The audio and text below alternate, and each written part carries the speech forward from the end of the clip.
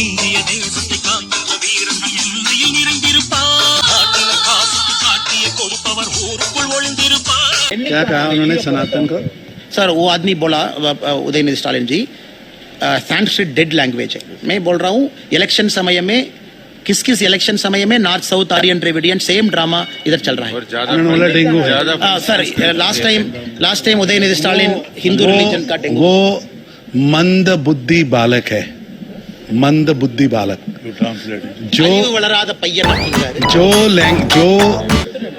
Way of life world का best way of life है, जो सिविलाइजेशन वर्ल्ड का बेस्ट सिविलाइजेशन है, अगर उसको वो डेड दिखता है, डेंगू दिखता है, तो उसकी मनोस्थिति का खराबी है.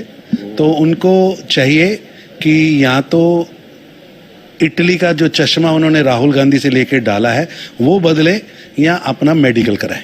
தமிழ் மொழிபெயர்த்தரங்கன்னா உலகத்தினுடைய இன்னைக்கு ரொம்ப த்ரைவிங்கா ஆரோக்கியமா இருக்கக்கூடியது இந்து மதம். யாருக்கும் எதிரான மதம் இல்லை.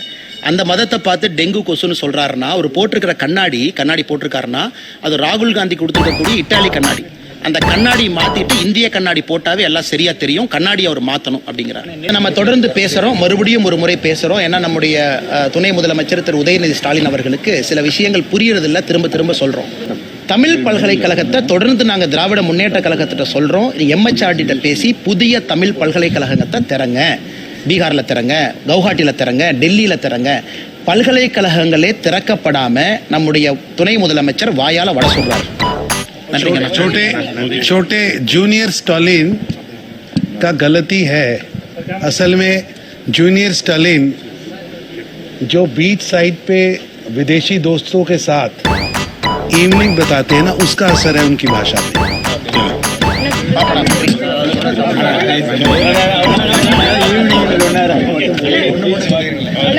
இந்திய தேசத்தை காக்கின்ற வீரர்கள் எல்லையில் நிறைந்திருப்பார். நாட்டில் காசுக்கு காட்டிய கொடுப்பவர் ஊருக்குள் ஒளிந்திருப்பார்.